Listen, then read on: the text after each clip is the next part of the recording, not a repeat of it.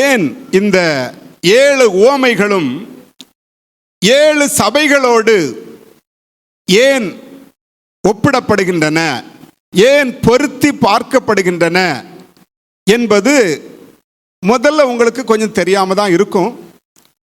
ஆனால் அந்த 7 உவமைகளையும் 7 சபைகளோடு நாம் ஒப்பிட்டு முடிந்த பின்பாக அதனுடைய முழு விளக்கத்தையும் நாம் புரிந்து கொள்ள முடியும். ஆகவே ரொம்ப கவனமாக, உற்சாகமாக, வாஞ்சையோடு இந்த வசனங்களை கேளுங்கள். கர்த்தர் எல்லாவற்றையும் பரிசுத்த ஆவியானவர் சகல சத்தியத்திற்குள்ளும் நடத்துகிறவர் வேதத்தின் அதிசயங்களை நமக்கு விளங்க காட்டுவாராக. இன்றைய நாளிலும் தொடக்க வசனமாக மத்தேயு எழுதின சுவிசேஷ புஸ்தகம் 13ஆம் அதிகாரம் 24 முதல் 30 வரை உள்ள வசனங்களை வாசிக்கலாம். வேறொரு உவமையை அவர்களுக்கு சொன்னார். பரலோக ராஜ்யம் தன் நிலத்தில் நல்ல விதையை விதைத்த மனுஷனுக்கு ஒப்பாயிருக்கிறது. நல்ல விதையை விதைத்த மனுஷனுக்கு ஒப்பாயிருக்கிறது. மனுஷர் நித்திரை பண்ணுகையில் அவனுடைய சத்துரு வந்து கோதுமைக்குள் களைகளை விதைத்து விட்டு போனான். பயிரானது வளர்ந்து கதிர்விட்ட போது களைகளும் காணப்பட்டது. வீட்டெஜமானுடைய வேலைக்காரர் அவனிடத்தில் வந்து ஆண்டவனே, நீர் உமது நிலத்தில் நல்ல விதையை விதைத்தீர் அல்லவா? பின்னை அதில் களைகள் எப்படி உண்டானது என்றார்கள். அதற்கு அவன் சத்துரு அதை செய்தான் என்றான். அப்பொழுது வேலைக்காரர் நாங்கள் போய் அவைகளை பிடுங்கி போட உமக்கு சித்தமா என்று கேட்டார்கள். அதற்கு அவன் வேண்டாம், களைகளை பிடுங்கும் போது நீங்கள் கோதுமையும் கூட வேரோடே பிடுங்காதபடிக்கு இரண்டையும் அறுப்பு மட்டும் வளர விடுங்கள். அறுப்பு காலத்தில் நான் அறுக்கிறவர்களை நோக்கி முதலாவது களைகளை பிடுங்கி அவைகளை சுட்டெரிக்கிறதற்கு கட்டுகளாக கட்டுங்கள். கோதுமையோ என் களஞ்சியத்தில் சேர்த்து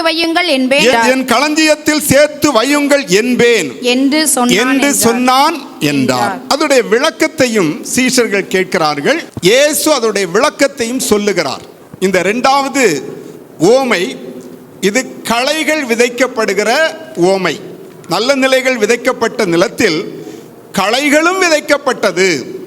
எப்படி இது உண்டானது என்பதை அதோடைய விளக்கத்தை சீஷர்கள் கேட்கிறார்கள்.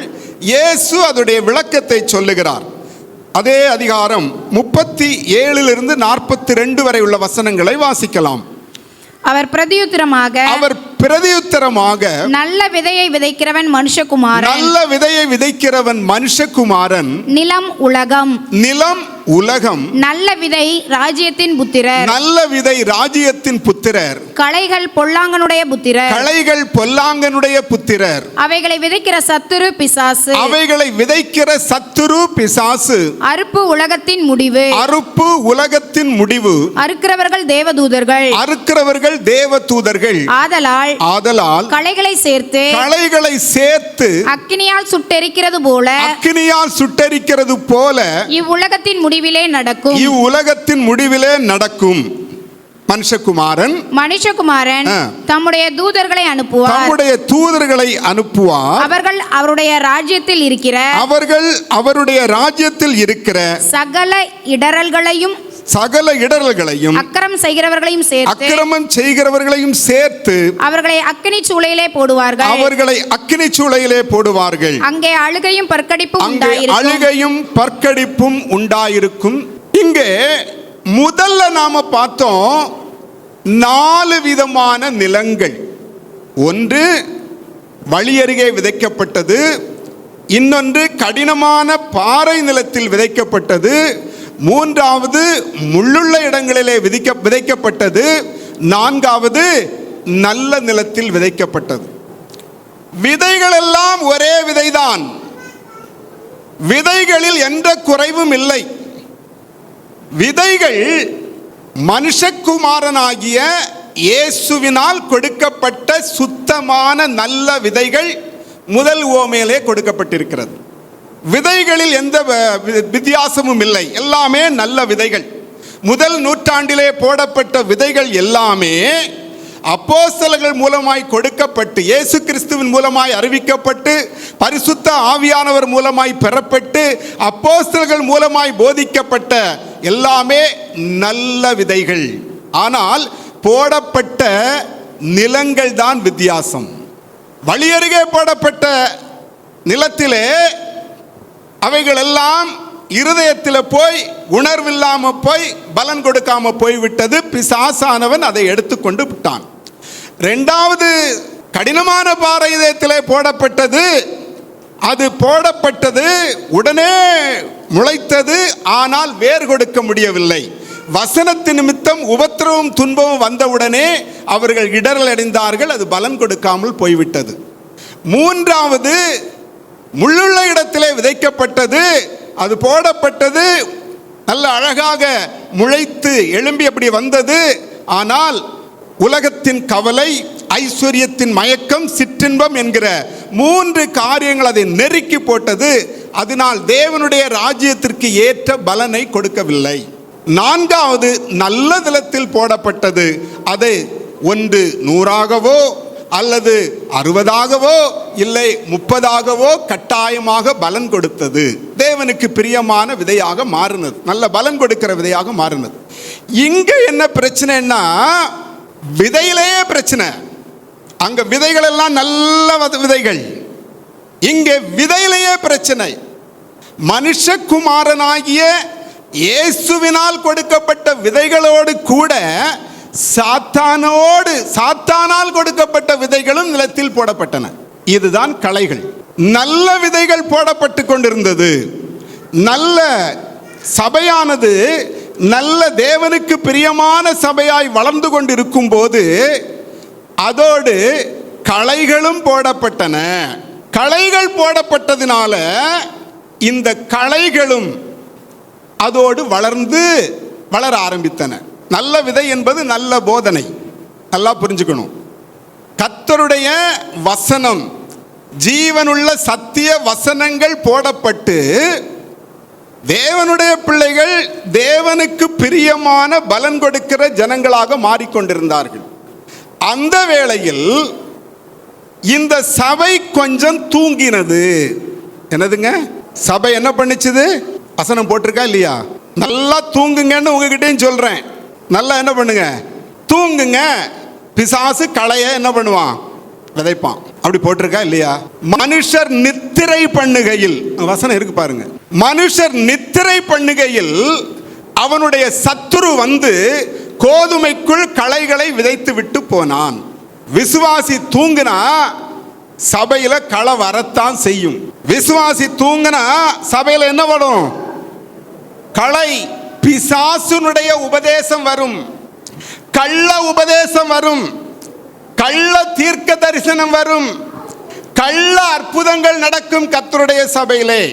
எத்தனை பேர் இன்றைக்கு பரிசுத்த ஆவியானவர் ஜீவனுள்ள சத்தியத்தை எங்களுக்கு வெளிப்படுத்தி தர வேண்டும் என்று ஜெபம் பண்ணிட்டு வந்தீங்க? கை தூக்குங்க பார்க்கலாம். அப்போ புரியுதா? ஏதோ வர்றோம் போறோம்னு இருக்கக்கூடாது. ஏனென்றால் கர்த்தருடைய ஊழியக்காரன் மூலமாக நல்ல போதனையும் வரும், கெட்ட போதனையும் வரும். நல்ல வசனங்களும் பாடப்படும், கெட்ட களைகளும் தூவப்படும்.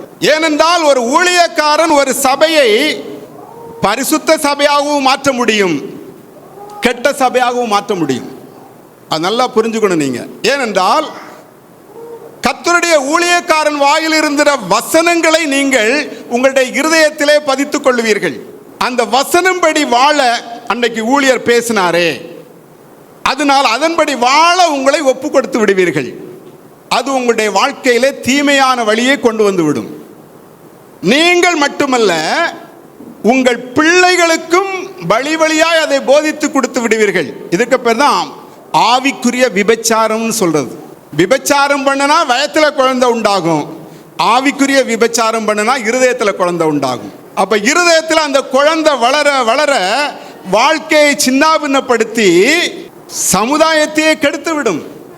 அதே மாதிரி தான் இந்த இரண்டாவது உவமையை ஆண்டவர் சொல்றார். இந்த சம்பவம் நடந்த காரியம் என்னன்னா, கிபி 100வது ஆண்டிலிருந்து கிபி 317 வரைக்கும் நடந்த சம்பவங்கள். இதை உங்களுக்கு நான் நல்லா சொல்றேன். உங்களுக்கு கிபி 100, அதாவது அப்போஸ்தலர்கள் எல்லாம் மரித்து போனார்கள். கடைசி அப்போஸ்தலனாகிய யாரும் போயாச்சு, யோவானும் போயாச்சு. இப்ப அதுக்கப்புறம் தான் இந்த சம்பவம் நடக்கிறது. இதை குறித்து எச்சரிக்கையாக பரிசுத்த பவுல் சொல்லிவிட்டு போனார். அப்போஸ்தலர் நடவடிக்கை 20ஆம் அதிகாரம் 28லிருந்து 30 வரைக்கும். ஆகையால் உங்களை குறித்தும் தேவன் தம்முடைய சுய இரத்தத்தினாலே சம்பாதித்துக் கொண்ட தமது சபையை மேய்ப்பதற்கு பரிசுத்த ஆவி உங்களை கண்காணிகளாக வைத்த மந்தை முழுவதையும் குறித்து எச்சரிக்கையாயிருங்கள். நான் போன பின்பு மந்தையை தப்பவிடாத கொடிதான ஓய்நாய்கள் உங்களுக்குள்ளே வரும். உங்களிலும் சிலர் எழும்பி அப்படின்னா என்ன அர்த்தம்? வெளியிலிருந்து யாரும் வரமாட்டாங்க. உங்ககிட்ட வந்து ஒரு இந்துவோ ஒரு முஸ்லீமோ கர்த்தருடைய வசனத்தை குறித்து போதிச்சா நீங்க ஏற்றுக்குவீங்களா? நல்லா தெரிஞ்சிடும் அவங்க கட்டுக்கதை விடுறாங்கன்னு சொல்லிட்டு. ஏன்னா அவங்களுக்கு என்ன தெரியாது? கர்த்தருடைய வசனம் தெரியாது. ஆனால் ஒரு கிறிஸ்தவ ஊழியக்காரன் வந்து உங்ககிட்ட கதை விட்டா நீங்க என்ன பண்ணிடுவீங்க? ஆமா, அவர் சொல்றது கரெக்ட் தான் போல இருக்கு, கொஞ்சம் அந்த வழியை லைட்டா திருப்பினா போதும். அதான் சொல்றாரு, உங்களிலும் சிலர் எழும்பி, சபையிலிருந்து இருக்கிற ஒரு சிலர் எழும்பி சீஷர்களை தங்களிடத்தில் இழுத்துக் கொள்ளும்படி மாறுபாடானவைகளை போதிப்பார்கள் என்று அறிந்திருக்கிறேன். கர்த்தருடைய சபையிலிருந்தே எழும்பி மாறுபாடானவைகளை போதிப்பார்கள் என்று அறிந்திருக்கிறேன். 1 யோவான் 4ஆம் அதிகாரம் 1ஆம் வசனம். பிரியமானவர்களே, உலகத்தில் அநேக கள்ளத்தீர்க்கதரிசிகள் தோன்றி இருப்பதினால். இது எப்ப எழுதுறார் அவரு? எல்லாம் last decade of the first century, கிபி முதல் நூற்றாண்டுல கடைசி 10 வருஷத்துல நடந்த சம்பவம் இது. அப்பதான் இந்த பரிசுத்த யோவான் இந்த நிருபங்களை எல்லாம் எழுதுறாரு. அப்படி எழுதும்போது தான் இந்த சம்பவம் நடக்கிறது. அவர் என்ன எழுதுறாரு? பிரியமானவர்களே, உலகத்தில் அநேக கள்ள தீர்க்கதரிசிகள் தோன்றி இருப்பதினால் நீங்கள் எல்லா ஆவிகளையும் நம்பாமல் அந்த ஆவிகள் தேவனால் உண்டானவைகளோ என்று சோதித்து அறியுங்கள். கர்த்தருடைய வசனத்தின்படி சொல்லப்படுகிறதா, வசனத்தை புரட்டி போதிக்கிறாங்களா என்பதை என்ன பண்ணணும்? சோதித்து அறியுங்கள். சத்தியத்தையும் அறிவீர்கள், சத்தியம் உங்களை விடுதலையாக்கும். சத்தியத்தை அறியணும். சபையில அப்படியே சோப்பு போட்டுக்கிட்டு என்ன பண்ணிட்டு இருக்க கூடாது? பிரசங்கம் பண்ணிட்டு இருக்க கூடாது. அதுக்காக கர்த்தருடைய வசனம் கொடுக்கப்படவில்லை. உபதேசம், கடிந்து கொள்ளுதல், சீர்திருத்துதல், நீதியை படிப்பிக்குதல், 4 காரியத்திற்காக தேவனுடைய மனுஷன் எந்த நற்கிரியையும் செய்ய தகுதி உள்ளவனாக இருக்கும்படியாக இந்த 4 காரியத்துக்கு தான் பரிசுத்த ஆவியானவர் வசனத்தை எழுதி வச்சிருக்கிறார். நிறைய பேர் என்ன நினைச்சுக்கிறாங்கன்னா, சர்ச்சுக்கு போனா போதும், சர்ச்சுக்கு போய் ஞானஸ்நானம் எடுத்து அந்நிய பாஷையை கொஞ்சம் பேசி கொஞ்சம் வெள்ளை ட்ரெஸ்ஸை போட்டு அப்புறம் என்னது காணிக்க போட்டால் எங்கே போயிடலாம்? சர்ச்சுக்கு போனால் போதும், ஞானஸ்நானம் எடுத்து ஆச்சு, வெள்ளை ட்ரெஸ்ஸு போட்டால் போச்சு, அப்புறம் என்னது ஞானஸ்நானம் இது அந்நிய பாஷையில் கொஞ்சம் அப்படி விட்டா போச்சு, அப்புறம் என்னது காணிக்க கொடுத்தா போச்சு. ஆண்டவர் காணிக்க கொடுக்கும்போதே என்ன சொல்றாரு? காணிக்கை எப்படி கொடுக்கணும்னு சொன்னாரு?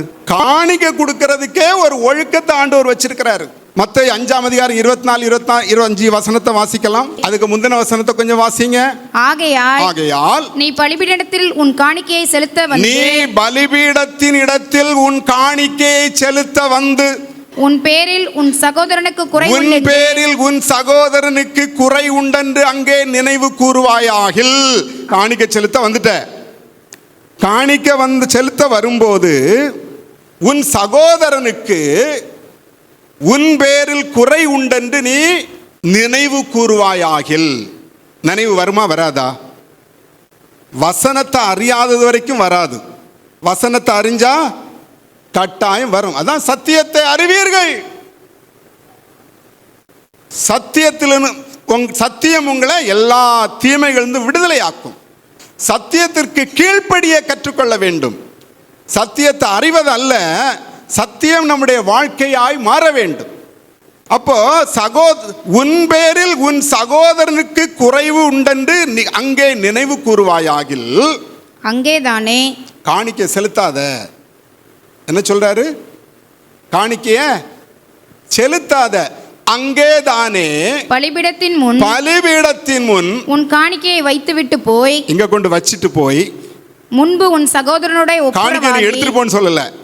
காணிக்கை என்ன பண்ணு? இங்க கொண்டு வந்து வை. பலிபீடத்துக்கு பக்கத்துல கொண்டு காணிக்கை வச்சிட்டு போய் முன்பு உன் சகோதரனோட ஒப்புரவாகி பின்பு வந்து உன் காணிக்கையை செலுத்து. இல்லைன்னா உன்னுடைய காணிக்கை என்ன பண்ண முடியாது? தேவன் அதை ஏறெடுக்க மாட்டார், ஏற்றுக்கொள்ள மாட்டார். ரொம்ப கர்த்தருடைய வசனம் சும்மா வேலை செய்யாது. அந்த வசனம் சொல்லுகிறது, முன்பு உன் சகோதரனோட என்னதுங்க? இந்த வார்த்தையை கொஞ்சம் வாசிங்க. முன்பு உன் சகோதரனோட ஒப்புரவாகி. ஒப்புரவு எதுக்காக ஒப்புரவு ஊழியம் வச்சிருக்கோன்னு தெரிஞ்சிருக்கீங்களா நீங்க?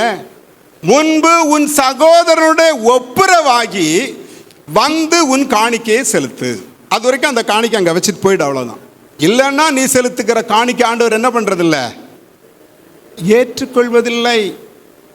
ஒவ்வொரு வார்த்தையும் தேவன் சும்மா கதையை விடல. இதை விட்டுட்டு நீ எப்படி பரவாயில்ல, நீ உன் புருஷன் பொண்டாட்டி நல்லா சண்டை போட்டாலும் பரவாயில்ல, நீ என்ன பிஸ்னஸ் பண்ணாலும் பரவாயில்ல, எவ்வளவு கொள்ளை அடித்தாலும் பரவாயில்ல, நீ கர்த்தருக்கு கொடுக்க வேண்டியதை மட்டும் நிறைய கொடுத்துரு ராஜா, நான் என்ன பண்ண மாட்டேன் உன்னை, நீ பெரிய பணக்கார ஆனதுனால நான் உன்னை கண்டுக்கவே மாட்டேன், நீ யாருக்கு மட்டும் கொடுக்கறத கொடுத்துரு, காணிக்கை மட்டும் கொடுத்துரு. பயங்கரமான கள்ள உபதேசம். நிறைய ஊழியக்காரங்க பண்ற தப்புது. அப்படிப்பட்ட காணிக்கையை கர்த்தர் அங்கீகரிப்பதில்லை, ஏற்றுக்கொள்வதில்லை. எந்த நன்மையும் அதிலிருந்து வரப்போறதில்லை. ஆண்டவர் ஒவ்வொரு காரியத்தையும் இவ்வளவு அழகா சொல்றாரு. ஏன் இந்த காரியம் திருப்பி அங்கங்கே சொல்லுவாரு? சமாதானமா போ, ஒப்புரவாகு, பரிசுத்தமாகு. ஏனென்றால் நாம செய்கிற ஒவ்வொன்றும் தேவனுடைய சமூகத்தில் என்ன பண்ணப்படணும்? அங்கீகரிக்கப்பட வேண்டும். ஏனென்றால் கடைசியில யாரோட நாம் ஒப்புரவாக போறோம் தெரியுமா? பிதாவாகிய தேவனோட ஒப்புரவாக போறோம். சிலுவையிலே அவர் தன்னை ஒப்பு கொடுக்கும் போது யாரெல்லாம் ஒப்புரவாக்குனாரு? பகையாய் இருந்த நடுச்சுவரை தகர்த்து புறஜாதிகளாயிருந்த நம்மையும் தமது ஜனங்கள் என்று சொல்லப்பட்ட இஸ்ரவேல் ஜனங்களையும் ஒப்புரவாக்கினார். பகையாகிய நடுச்சுவர், அதை பகையை தகர்த்திட்டார் அப்படியே. அதற்கு பின்பு யாரோட ஒப்புரவாக்கினார்னா, பூலோகத்தில் இருக்கிற அனைத்து ஜனங்களோடும் பரலோகத்தில் இருக்கிற தேவ தூதர்களோடும் ஒப்புரவாக்கினார். அதற்கு பின்பாக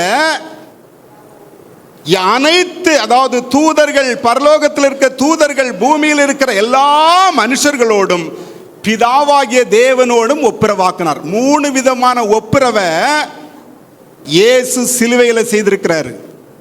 நல்லா புரிஞ்சுக்கணும். கடைசியில் நாம் அங்கே ஒப்புரவாகணும். பரலோகத்துக்கு போகிறது அவ்வளோ எளிது கிடையாது. நான் தான் அடிக்கடி சொல்லுவேன், வசனத்தை நாம் கை கொண்டு வாழணும். வசனம் நம்முடைய வாழ்வாய் மாற வேண்டும். 3 விதமான ஒப்புரதல் ஆண்டவர் வச்சிருக்கிறாரு.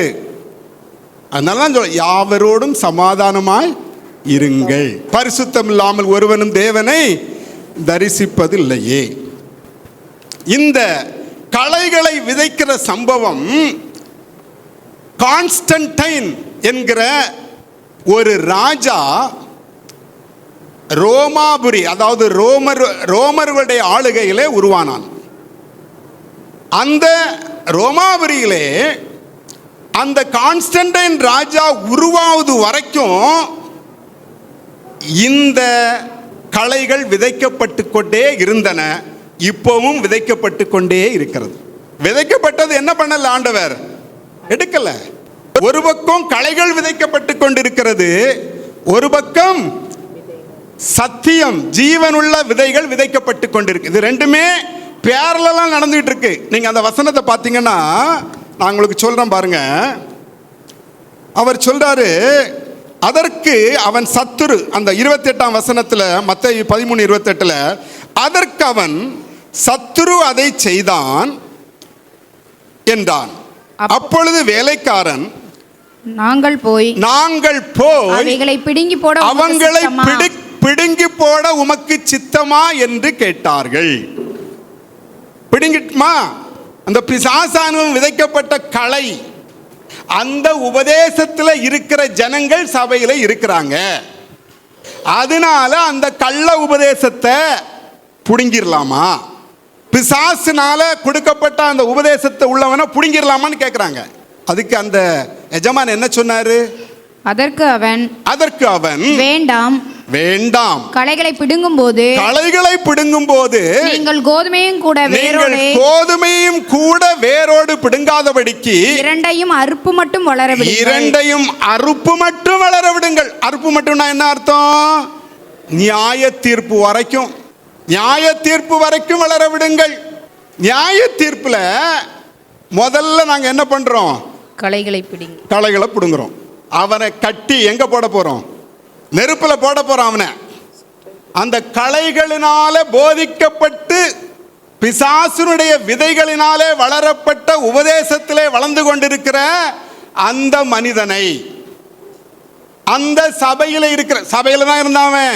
எங்க இருந்தான்? சபையில தான் இருந்தான். வெளியில இருக்கல, சபையில தான் இருந்தான். ஆனால் கள்ள போதகத்தினாலே நிரப்பப்பட்டிருந்தான். கள்ள வழிகளை கொண்டு வாழ்ந்து கொண்டிருந்தான். அவனை பிடுங்கி முதல்ல எங்க போடு? கடைசியில நியாய தீர்ப்புல கட்டி அக்னியில போடு. மற்றவனை கோதுமையை எடுத்து களஞ்சியத்தில் கொண்டு சேரு சொன்னாரா இயேசு? கடைசி வரைக்கும் வளரதான் விடுவாரு. அதனால சபையில 2 கேட்டகரி இருக்கும். என்னது?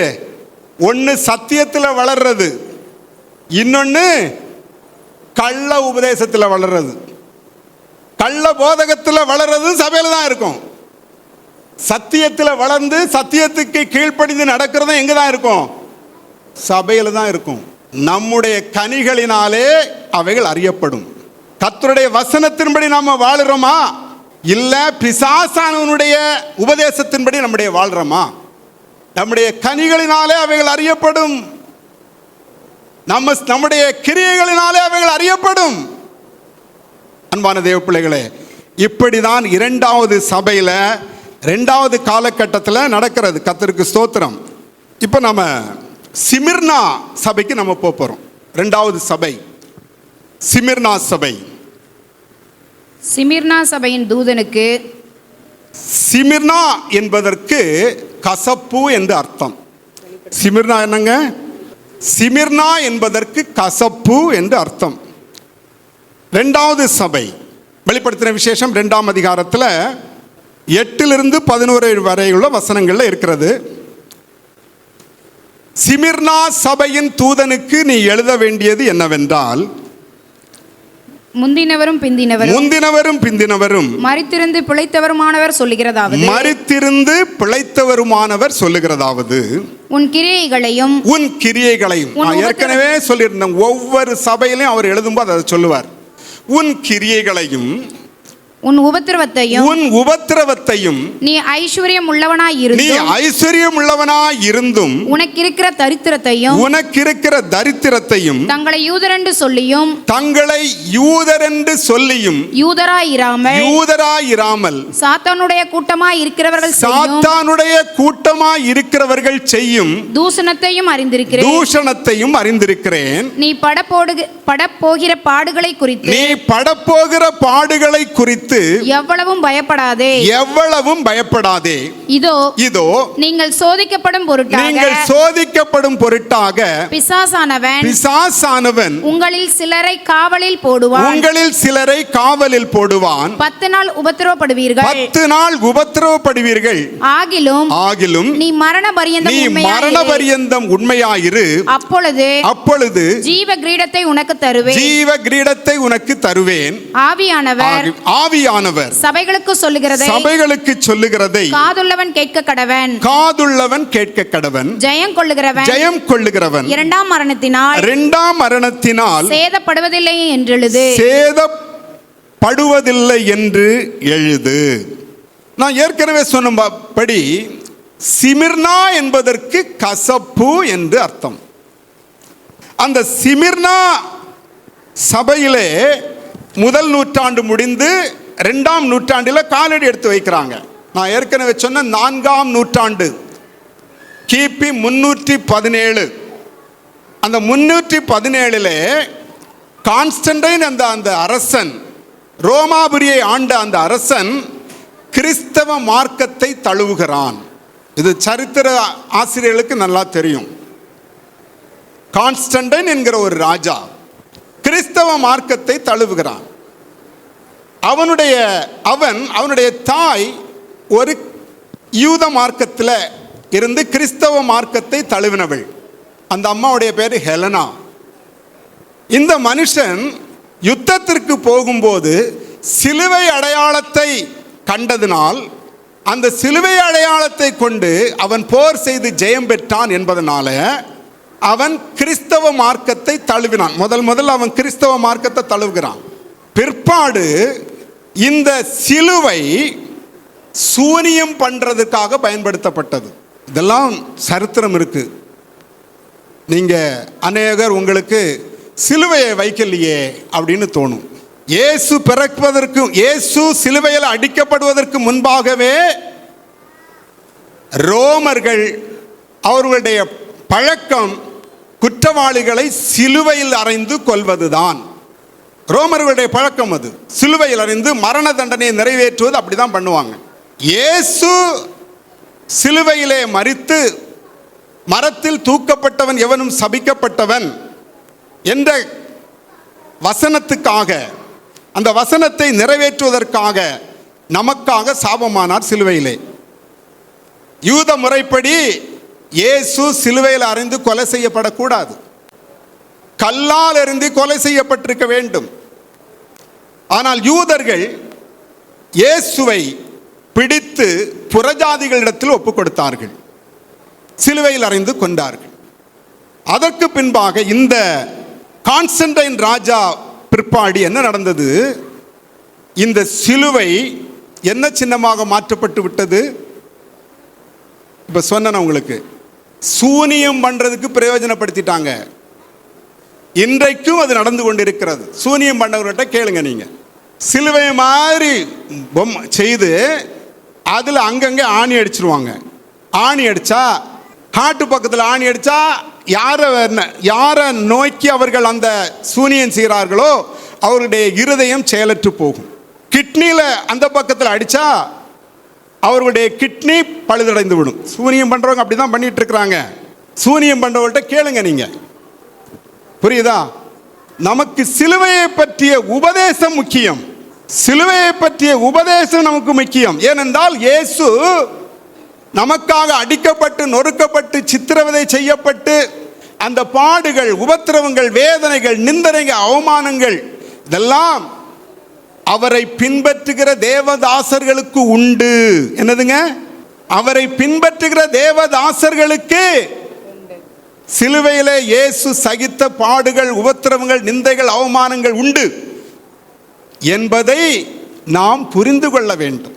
இதற்காகத்தான் சிலுவை.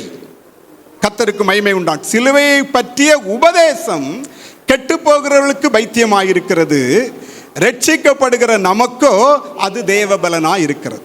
1 கொரிந்தியர் 1:18. உபதேசம். நான் சிலுவையில் அறையப்பட்டேன் ஏனென்றால் என்னுடைய மாம்சத்தின் இச்சைகள் எல்லாம் நான் சிலுவையில் அறைந்து விட்டேன். ரட்சிப்பில் ஒரு அடையாளம் இது, சிலுவையில் அறையப்படுதல்.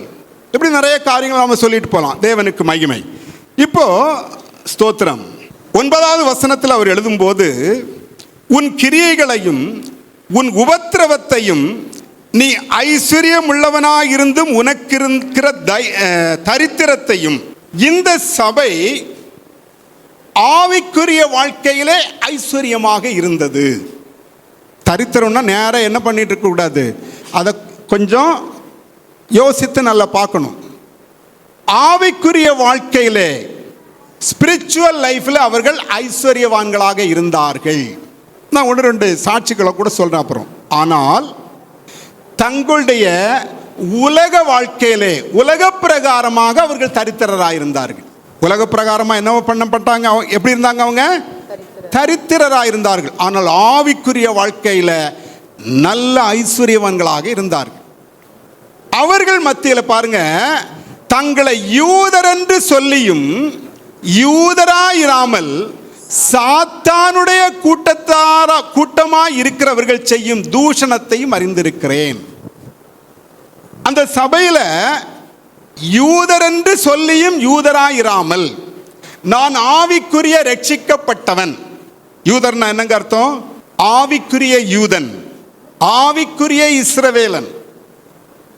சபையில் வந்ததுக்கு அப்புறம் யூதன் கிரேக்கன்லாம் சொல்றதெல்லாம் கிடையாது. சபையில் வந்ததுக்கு அப்புறம் ஜாதியும் கிடையாது.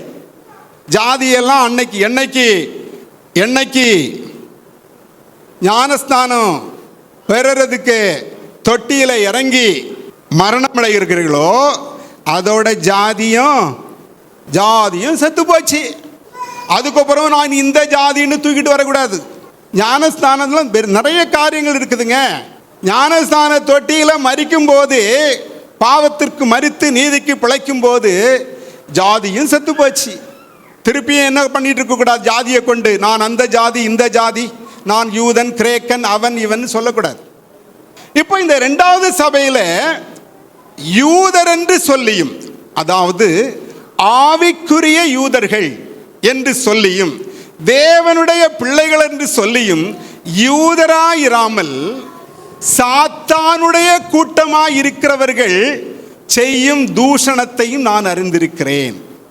கர்த்தருடைய சபையில ஆவிக்குரிய இஸ்ரவேலர்கள் என்று சொல்லியும் சாத்தானுடைய கூட்டத்தை பின்பற்றுகிறவர்கள் செய்யும் தூஷணத்தை நான் அறிந்திருக்கிறேன். ஏனென்றால் கர்த்தருடைய நாமத்தை தூஷணம் செய்கிறதற்கான ஆட்கள் இங்கே உட்கார்ந்திருக்கிறாங்க. எங்க உட்கார்ந்திருக்கிறாங்க? சபையில. சிமர்னா சபையில இருந்தாங்க. ஆவியானவர் எழுதி வைக்கிறாரு. ஒவ்வொருத்தரும் நம்ம யோசிக்கணும், ஒரு காரியத்தை யோசிக்கணும். என்னுடைய நடவடிக்கை ஒரு மனுஷன் ரட்சிப்புக்கு நடத்துமா இல்ல சபைக்கு வரவன வெளியில தள்ளுமான்னு யோசிக்கணும். ஹல்லேலூயா. என்னுடைய நடவடிக்கை, என்னுடைய செயல்பாடு ஒரு ஆளை புதுசா கர்த்தருடைய சபைக்கு கொண்டு வருமா?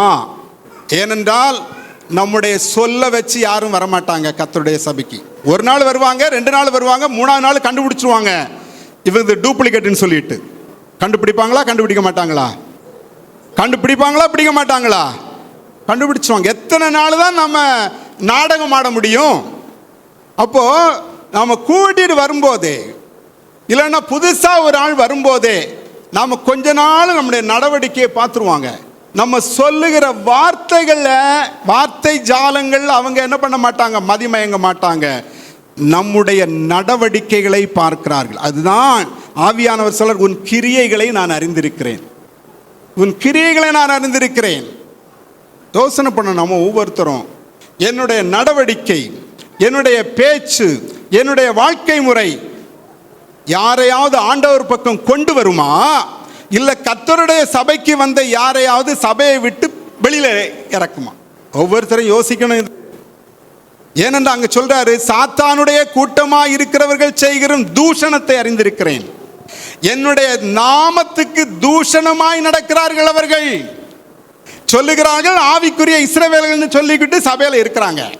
நான் ரட்சிக்கப்பட்ட அது பண்ண இது பண்ண சொல்லிட்டு தான் உள்ள உட்கார்ந்து இருக்கிறாங்க. ஆனால் அவர்களுடைய நடவடிக்கை, அவருடைய பேச்சு, அவருடைய செயல்பாடுகள் எல்லாம் என்னவா இருக்கு? என்னுடைய நாமத்துக்கு தூஷணமான கிரியைகளை நடப்பிக்கிறார்கள். எச்சரிக்கையா இருக்கணும். ஆவியானவர் என்ன அழகா எழுதி வைக்கிறார் பார். இந்த சபைக்கு பொருந்துமா இல்லையா? இதெல்லாம் எல்லா சபைக்கும் பொருந்தும். அங்க ஆரம்பிச்சதுதான் இது. அதனால தான் சொல்லிட்டு வரேன். ரெண்டையும் கம்பேர் பண்ணி உங்களுக்கு சொல்லிட்டு வரேன். கர்த்தருக்கு மகிமை உண்டாகட்டும். அடுத்தபடியாக ஸ்தோத்திரம். வெளிப்படுத்தும் விசேஷம் 2ஆம் அதிகாரம் 10ஆம் வசனத்திலே, நீ படப்போகிற பாடுகளை குறித்து எவ்வளவும் பயப்படாதே. எவ்வளவும் பயப்படாதே. உனக்கு என்ன பண்ண போகுது? வரப்போகுது ஐயா, பிரச்சனை வரப்போகுது. சிமிர்னா சபையே, உனக்கு பிரச்சனை வரப்போகுது. நீ படப்போகிற பாடுகளை குறித்து எவ்வளவும் கொஞ்சமும் பயப்படாதே. இதோ இதோ நீங்கள் சோதிக்கப்படும் பொருட்டாக பிசாசானவன் உங்களில் சிலரை காவலில் போடுவான். உங்களில் சிலரை காவலில் போடுனா வீட்டில் கொண்டு காவல் வைக்கிறதாங்க. சிலரை ஜெயிலில் தூக்கி போடுவான். ஜெயிலில் போட்டு கும்முன்னு கும்முவாங்க உன்ன உங்க சபையில். இதெல்லாம் அவரு எழுதி வச்சதுக்கு அப்புறம் நடந்தது. கிபி 95-96 எழுதப்பட்டது இது. ஆனா அதுக்கு அப்புறம் நடந்தது. நான் தான் சொல்றேன், கிபி 100க்கு அப்புறம் நடந்த கதைன்னு சொல்லிட்டு. காவலில் போடுவான். 10 நாள் உபத்திரவப்படுவீர்கள். 10 நாள் உபத்திரவப்படுவீர்கள். ஆகிலும் நீ மரண பரியந்தம் உண்மையாயிரு. அப்பொழுது ஜீவ கிரீடத்தை உனக்கு தருவேன். 10 நாள் உபத்திரவப்படுவீர்கள். 10 நாள்னா வெறும் 10 நாள் உபத்திரவம் இல்லை. 10 நாள் உபத்திரவம்னா எப்படியாவது ஒழிச்சு எங்கேயாவது உட்கார்ந்துருந்தா அது என்ன பண்ணிடலாம்? எஸ்கேப் ஆகிடலாம் இல்லையா? 10 நாள்ல என்ன பண்ணிடலாம்? எங்கேயாவது சென்னையில் உபத்திரவப்படுத்தினா போலூருக்கு ஓடிடலாம். போலூரில் உபத்திரவப்படுத்தினா திருவண்ணாமலைக்கு ஓடிடலாம். எங்கேயாவது ஓடிடலாம். அப்படி தானே? எஸ்கேப் ஆகிடலாமே. எங்களுக்கு தான் கொஞ்சம் எஸ்கேப் ஆகிறது கஷ்டம். இங்கேருந்து நாகர்கோவில் போகிறது கொஞ்சம் கஷ்டம் இல்லையா? கர்த்தருக்கு ஸ்தோத்திரம். எங்கேயாவது எஸ்கேப் ஆகிடலாம். இது 10 நாள் கிடையாது. அந்த காலகட்டத்தில் சபை 10 முறை உபத்திரவப்படுத்தப்பட்டிருக்கிறது. 10 முறை அநேக கிறிஸ்தவர்கள் இரத்த சாட்சிகளாக கொலை செய்யப்பட்டிருக்கிறார்கள். இதுதான் சரித்திரம். 10 நாள் உபத்திரவப்படுவீர்கள் என்பதை இந்த காலகட்டத்தில் கிறிஸ்தவர்கள் என்ன பண்ணப்பட்டிருக்கிறாங்க? 10 முறை இரத்த சாட்சிகளாக கொலை செய்யப்பட்டு மரித்திருக்கிறார்கள். இதை சொல்லிட்டு தான் சொல்றாரு, ஆகிலும் நீ மரண பரியந்தம் உண்மையாயிரு. உன்னை கொலை செய்தாலும் நீ என்ன பண்ணு? மரண பரியந்தம் உண்மையாயிரு. உன்னை ஜெயிலில் போட்டு கும்முனாலும் என்ன பண்ணு? மரண பரியந்தம் உண்மையாயிரு. அப்பொழுது ஜீவ கிரீடத்தை உனக்கு தருவேன். கிறிஸ்தவர்களுடைய இரத்த சாட்சிகளுடைய இரத்தத்தில் கட்டப்பட்டிருக்கிறது. அதனால்தான் கிறிஸ்தவத்தை யாரும் அழிக்க முடியறதில்லை. நம்முடைய லீடர், நம்முடைய தளபதி, நம்முடைய தலை, அவர் சிலுவையிலே மரித்து நமக்கு வழியை காட்டிட்டு போயிட்டார். நான் தான் வழி. என்னை உபத்திரவப்படுத்தினது உண்டானால் உங்களையும் உபத்திரவப்படுத்துவார்கள். என்னை பகைக்கிறது உண்டானால் உலகம் அதற்கு முன்ன உங்களை பகைச்சிரும். சும்மாவா சொல்லிட்டு போனார். இந்த காலகட்டத்தில் ஒரு இரத்த சாட்சியை குறித்து எழுதி வைத்திருக்கிறார்கள் சரித்திரத்தில். அந்த இரத்த சாட்சியுடைய பெயர் பாலிகார்ப். பாலிகார்ப் என்கிற ஒரு சிமிர்னா சபையில் இருந்த பிஷப். சிமிர்னா சபையில் இருந்த பிஷப் பாலிகார்ப் 86 வயதில் அவர் கொலை செய்யப்படுகிறார். அந்த 86 வயதில் அவரை கொலை செய்கிறவர்கள் அவரை தேடி கண்டுபிடிச்சி எப்படி கொலை செய்தாங்க தெரியுமா? அவரை கூப்பிட்டு சொல்றாங்க, நீ இயேசு கிறிஸ்துவை மறுதலித்து விடு, உன்னை நாங்கள் விட்டு விடுகிறோம். எனது இயேசு கிறிஸ்துவை மறுதலித்து விடு, உன்னை நாங்கள் விட்டு விடுகிறோம். அவர் சொன்னாரு, 86 வருடமா நான் உயிரோடு இருக்கிறேன், என் இயேசு எனக்கு எந்த தீங்கும் செய்ததில்லை. ஹல்லேலூயா. 86 வருடமா நான் உயிரோடு இருக்கிறேன், என் இயேசு எனக்கு எந்த தீங்கும் செய்ததில்லை, நான் அவரை மறுதலிக்க மாட்டேன். இதுதான் இரத்த சாட்சிகளுடைய சரித்திரம். அவரை சுட்டரிக்கிறதற்காக விறகுகளை அவரையே பொறுக்க வச்சு, அவரையே அந்த விறகுகளை கட்டுகளாக கட்ட வச்சு அடுக்க வச்சாங்க. அப்படியே அதுக்கு மேல அவரை படுக்க வச்சு விறகோட விறகா சேர்த்து கட்டினாங்க, கட்டி வச்சு சூடு பண்ணாங்க. அப்படியும் அந்த தேவ மனிதன் சாகவில்லை. அதற்கு பின்பாக கத்தியினால குத்தி கொலை செய்தார்கள். ஒவ்வொரு இரத்த சாட்சிகளுடைய காரியத்தை நம்ம கேட்கும் போது நம்முடைய கண்களில் கண்ணீர் வரும். அப்படிப்பட்ட இரத்த சாட்சிகளால் உருவாக்கப்பட்டதுதான் கிறிஸ்துவின் சபை. சும்மா விளையாட்டா சொல்லக்கூடாது. அதனால சொல்றான், ஆகிலும் மரண பரியந்த உண்மையாயிரு. உன்னை நெருப்புல போட்டாலும், உன்னை கத்தியினால குத்தினாலும், உன்னை சிலுவையில் அரைஞ்சாலும், உன்னை கல்லால் எறிஞ்சு கொன்னாலும், உன்னை எப்படி பிளந்தாலும் மரண பரியந்தம் உண்மையார். என்னை மறுதலித்து விடாதே. என்ன பண்ணு? என்னை மறுதலித்து விடாதே. மரண பரியந்தம் உண்மையாயிரு, உனக்கு நான் ஜீவ கிரீடத்தை கொடுப்பேன். ஹல்லேலூயா. உனக்கு நான் ஜீவ கிரீடத்தை கொடுப்பேன். மரண பரியந்தம் உண்மையாயிரு.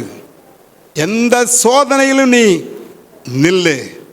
ஏனென்றால் மாம்சத்தை கொன்று ஆத்துமாவை எதையும் செய்ய முடியாதவனை பார்த்து நீ பயப்படாத. அவன் என்னத்தை தான் பண்ண முடியும்? அடுத்த மேக்சிமம் உன் கழுத்தை தான் வெட்ட முடியும், அவ்வளவுதான். ஆனால் யாருக்கு பயப்பட வேண்டும் என்று நான் சொல்லுகிறேன்? உங்கள் சரீரத்தையும் ஆத்துமாவையும் நரக வீழ்த்தவில்லவருக்கே பயப்படுங்கள். ஹல்லேலூயா. நமக்கு அழியாத ஒரு வாழ்க்கை உண்டு. இன்னைக்கு மரிச்சேன்னா அங்க போயிடுவேன். நான் எங்க போயிடுவேன்? நமக்கு ஒரு திட நம்பிக்கை உண்டு. இங்க நான் மரித்தால் நான் என் ஆண்டவரோடு கூட இருப்பேன். ஹல்லேலூயா. நான் இங்க மரித்தால் நான் என் ஆண்டவரோடு கூட இருப்பேன். எனக்கு மரணமே கிடையாது. கிறிஸ்தவனுக்கு மரணமே கிடையாதுயா. மரணமே இல்லாத ஒரு வாழ்க்கை தான் கிறிஸ்தவ வாழ்க்கை. அதற்கு தான் நாம் என்ன பண்ணப்பட்டிருக்கிறோம்? அழைக்கப்பட்டிருக்கிறோம். கர்த்தருக்கு மகிமை உண்டாகட்டும். ஆகவே ஜெயம் கொள்ளுகிறவன் இரண்டாம் மரணத்தினால் சேதப்படுவதில்லை. வெளிப்படுத்தின விசேஷம் 21ஆம் அதிகாரம் 8ஆம் வசனத்தை வாசிக்கலாம். பயப்படுகிறவர்களும் அவிசுவாசிகளும் அருவருப்பானவர்களும் கொலைபாதகரும் விபச்சாரக்காரரும் சூனியக்காரரும் விக்கிரக ஆராதனைக்காரரும் பொய்யர் அனைவரும் இரண்டாம் மரணமாகிய அக்கினியும் கந்தகமும் எரிகிற கடலிலே பங்கடைவார்கள். இரண்டாம் மரணம் என்று சொல்லப்படுகிறது அக்கினியும் கந்தகமும் எரிகிற கடல். அதிலே போடப்படுகிறதான், நித்தியமான நரகத்திலே போடப்படுவதுதான் இரண்டாவது மரணம். ஜெயம் கொள்ளுகிறவனுக்கு இந்த மரணம் கிடையாது. கடைசி பரியந்தம் கர்த்தரை தெய்வமாக கொண்டு அவரை மறுதலிக்காமல் அவருக்கு பிரியமா வாழ்ந்து ஜெயம் கொள்ளுகிறவனை இரண்டாம் மரணம் சேதப்படுத்தாது. அவனுக்கு நரகம் வராது. அவன் தேவனுடைய சமூகத்திலே நித்திய காலமும் அவரோடு கூட மகிழ்ந்து கொண்டிருப்பான். ஹல்லேலூயா. பரிசுத்தம் நிறைந்த நல்ல தகப்பனே, தேவரீர் போதித்த, தேவரீர் உபதேசித்த இரண்டாவது ஓமையாகிய களைகளை விதைக்கிறவனுடைய ஓமையை குறித்து எங்களோடு பேசினீர். களைகள் எப்படி சபையிலே விதைக்கப்பட்டது, அது எப்படி தொடர்ந்து வருகிறது. ஆனால் சத்தியமானது விதைக்கப்பட்டு நல்ல கோதுமை மணிகளை கொடுக்கிற நல்ல பரிசுத்தவான்களும் சபையிலே தான் இருக்கிறார்கள். ரெண்டுமே சபையில் இருக்கிறது என்பதை தேவரீர் எங்களுக்கு சொல்லி இருக்கிறேன். கனிகளினால் மரத்தை அறிந்து கொள்ளுங்கள் என்று தேவரீர் சொல்லி இருக்கிறேன். உமது சத்தியத்தை கைக்கொள்ளுகிறவர்களாக, சத்தியத்திலே ஜீவிக்கிறவர்களாக, நல்ல கனிகளை கொடுக்கிற மரங்களாக எங்களை மாற்றும். சத்தியத்தையும் அறிவீர்கள், சத்தியம் உங்களை விடுதலையாக்கும் என்று சொல்லி இருக்கிறபடி உண்மையிலே நாங்கள் சத்தியத்திலே நடத்தப்படுகிறோமா இல்ல கள்ள போதனைகளிலே நடத்தப்படுகிறோமா என்பதை தெரிந்து அதை விவேகத்துடன் ஆராய்ந்து நல்ல சத்தியத்திலே நடத்தப்பட கிருபையாயிரும். பொய்யான சத்தியங்களை, கள்ள போதனைகளை அறிந்து அவைகளை விட்டு விலக எங்களுக்கு கிருபை தார். நாங்கள் ஜெயம் கொள்ளும் போது இரண்டாம் மரணம் எங்களை சேதப்படுத்த முடியாது. ஜெயம் கொள்ளுகிறவனுக்கு ஜீவ கிரீடத்தை நீர் கொடுக்கிறவராயிருக்கிறீர். சிமிர்னா சபை அந்த காலகட்டத்திலே எப்படி கள்ள போதனைகள் போடப்பட்டது சபையிலே, அப்படி இருந்தும் கர்த்தருக்காக வைராக்கியமாயிருந்த சத்தியவான்கள், பரிசுத்தவான்கள் சபையிலே இருந்தார்கள். இரத்த சாட்சிகளாக மரித்தார்கள் என்பதையும் நாங்கள் கேட்டோம். ஒருபோதும் உம்மை மறுதலியாமல் உம்மையே பற்றி கொண்டிருந்து உமக்கு பிரியமான பரிசுத்தவான்களாய் வாழ எங்களுக்கு கிருபை தாரும். எங்களுடைய பலத்தில் நாங்கள் நிற்க முடியாது ஆண்டவரே, உமது பலத்தில் தான் நாங்கள் நிற்க முடியும். எங்களை பலப்படுத்துகிற பரிசுத்த ஆவியானவர் எங்களோடு இருந்தால் மட்டும்தான் நாங்கள் நிற்க முடியும். ஆண்டவரே, உமது கிருபைக்குள்ளாய் மூடி மறைத்துக் கொள்ளும். இரட்சகரும் மீட்பெருமான இயேசு கிறிஸ்துவின் நாமத்தில் பரிசுத்த ஆவியானுடைய ஒத்தாசையோடு ஜெபிக்கிறோம். ஜீவனோடு இருக்கிற மகிமையுள்ள பிதாவே, ஆமென்.